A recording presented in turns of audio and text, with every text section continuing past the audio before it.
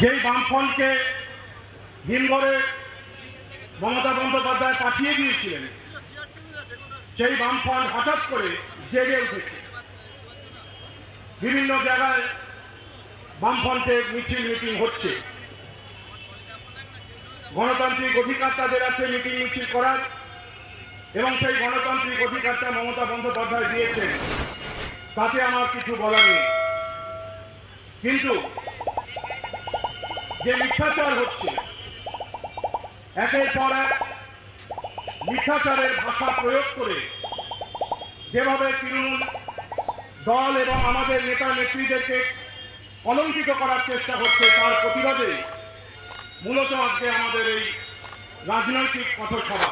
যেটা বুঝেছি, যেটার কোনোদিনই কোনো কমি নেই, সেটা হচ্ছে মানুষের আবেগ আর তৃণমূল কংগ্রেস কর্মীদের মমতা বন্দ্যোপাধ্যায় এবং আমার নেতা অভিষেক বন্দ্যোপাধ্যায় আবেগ।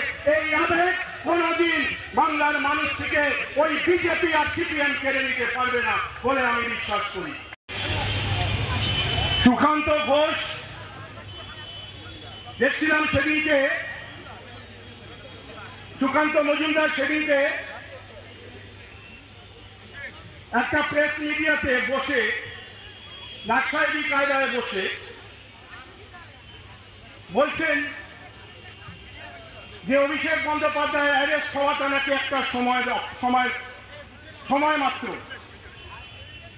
তাই আমি সুকান্ত বাবু বা এখানকার যারা বিজেপির লোকজনরা যারা আমার এই কথাটা শুনছেন, তৃণমূল কংগ্রেসের কথাটা শুনছেন, একটু শুনে নিন, কান খুলে শুনে নিন।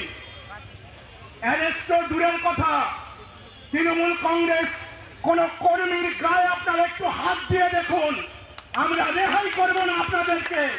আর সুকান্ত মজুমদার, আপনি ব্যারাকপুরে আসুন, ব্যারাকপুরে আপনাকে স্বাগত।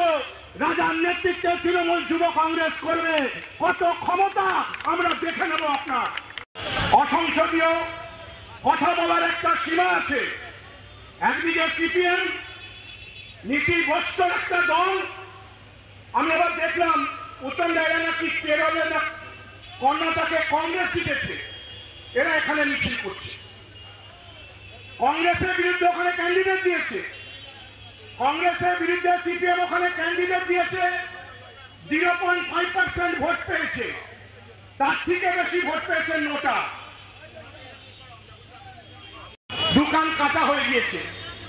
যে সিপিএম এর হাতে কংগ্রেস কর্মীদের 55,000 কর্মী খুন হয়েছে, জ্যান্ত কই মাছ গলায় ঢুকিয়ে দিয়ে খুন করেছিল, সেই কংগ্রেস আজকে সিপিএম এর সাথে নির্লজ্জভাবে একসাথে চলছে। অদ্ভুত লাগে। অনেকে বলে আদর্শ, নীতির কথা এদের মুখে আমাদের শুনতে হয়। আদর্শ নীতি যদি থাকতো তাহলে এত প্রাচীন দলটা একটা বিলুপ্ত পাখির মতন হয়ে যেত না। যে মমতা ব্যানার্জি বাংলার বুকে সাবসিডি দিচ্ছেন, সেই নরেন্দ্র মোদী গরিব মানুষের আধার কার্ডের সাথে প্যান কার্ড লিঙ্ক করবার জন্য এক একটা গরিব মানুষের কাছ থেকে 1000 টাকা করে নিচ্ছেন। এর বিরুদ্ধে আপনারা